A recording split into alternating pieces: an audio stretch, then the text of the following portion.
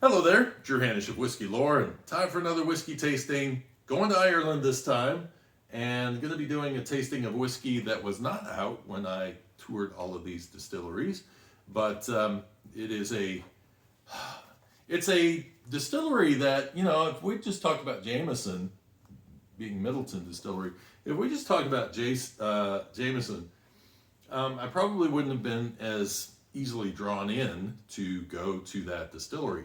But when we add Powers in, and Redbreast and all the others, but Powers, just everything I'm tasting out of Powers, I am really impressed with.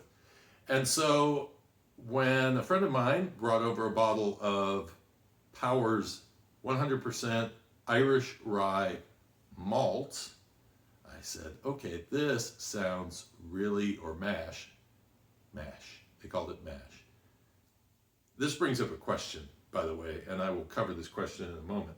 But he brought that over and I tasted it and I went, this is really good. However, I'm not buying the hype. Okay, there's a bit of hype around this, which is if you go to their website, it says bye-bye American rye. As in, this is somehow going to replace American rye. All right, gauntlet thrown, okay, gauntlet thrown, and now I have to taste it with that critical eye on how this rye whiskey is going to stack up against American rye whiskeys. Challenge accepted, okay? Maybe this is a matchup Monday at some point. Maybe I figure out what American whiskey this reminds me of. So this is 43.2% ABV. And they say it's 100% Irish rye mash. The rye comes from Wexford in Ireland. They had to have it specially grown for them. Rye is not a crop that is prevalent in Ireland, but it's always been grown in Ireland. And in fact, it has been used through the years in mostly pot still recipes prior to this is going back into the golden age of Irish whiskey, because everything after the collapse of the industry, there really was not rye around. So this is a really interesting experiment, especially for somebody like Middleton to come out and do. So this is the Powers 100% Irish rye mash.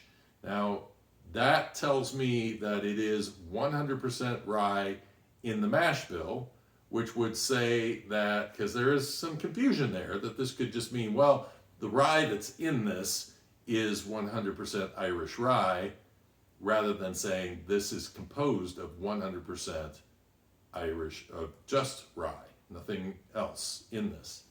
And the rules for American rye do not apply to a Irish spirit. So it's a little bit up in the air as to what actually the grain is in this, but we are assuming it is 100% rye. If that is the case, they would have to malt the rye, because they need something malted, or they could add an enzyme and they could just do it through the enzyme process to get the conversion going on.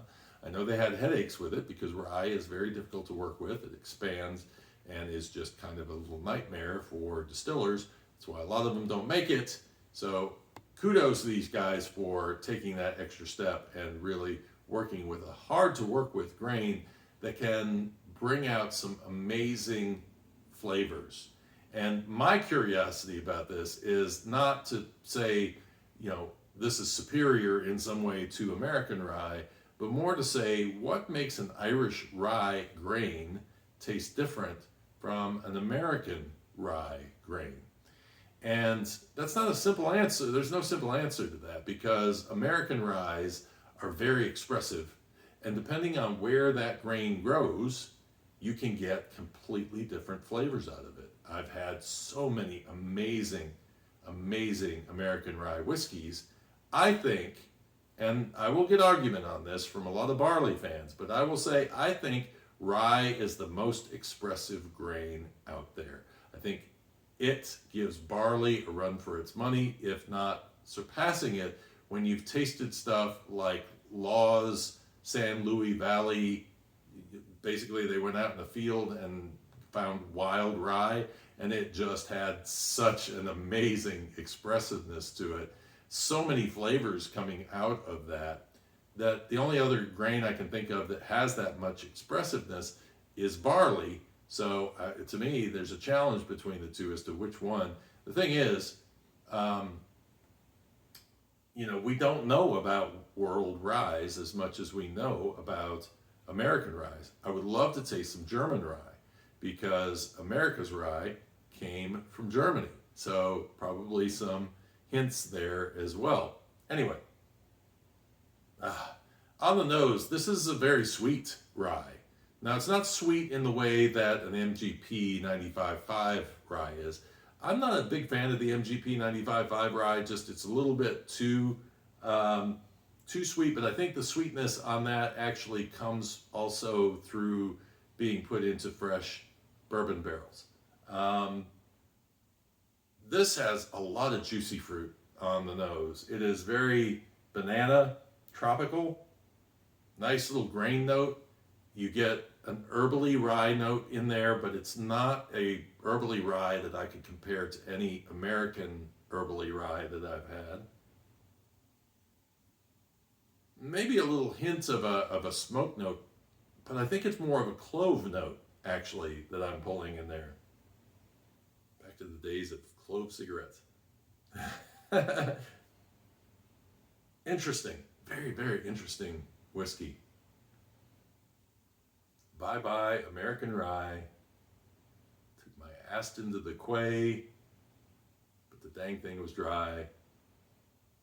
I won't get a copyright sting for this, I don't think, since I'm changing the words up. And the good old boys were drinking Guinness Black and Tans, saying I picked the wrong week to give up drinking whiskey. I think that'd be a hit. Yeah, that's nice. That is a really nice nose on that. Cheers.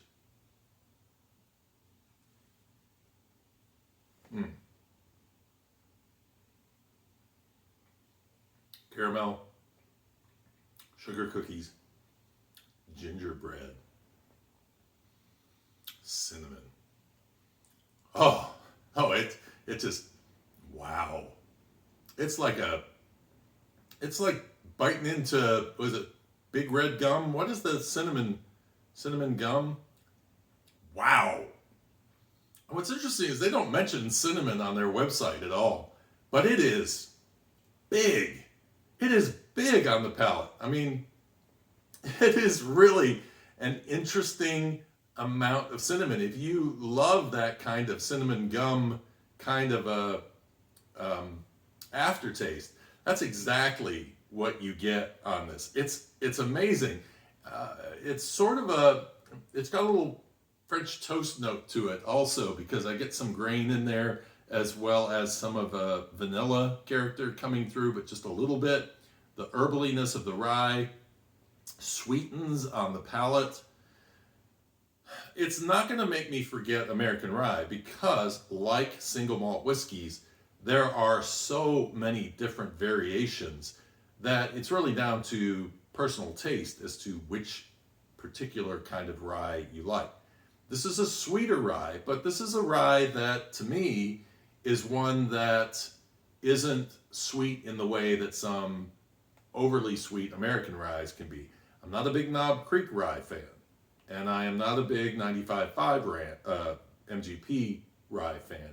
Depends on how they age it. Sometimes the aging can make a difference. But for me, this one is sweet, but it's not, that cinnamon on the end really draws you in and keeps you from being too focused on the sweet bits of this particular whiskey. I like it. It is not going to replace American rye, but it will sit right alongside of it very, very nicely. Well done, Ireland, for coming up with another great whiskey. And Powers, like I say, at some point, I'm just going to have to stock my shelves with Powers whiskey. I keep trying to find stuff that I haven't reviewed already. And so I look at the Powers on the shelf and I go, I should buy that, and I hold off. But it's going to be a staple on my shelves. And hopefully one of these days I can talk to Eric Ryan, their distiller, and we can chat about these whiskeys and what they're doing, because I just find this stuff fascinating. Thank you for watching. Give me a thumbs up if you enjoyed it. If you want to support the channel, head to my Patreon channel. There's a link down below for that. And until next time, cheers and Slainte.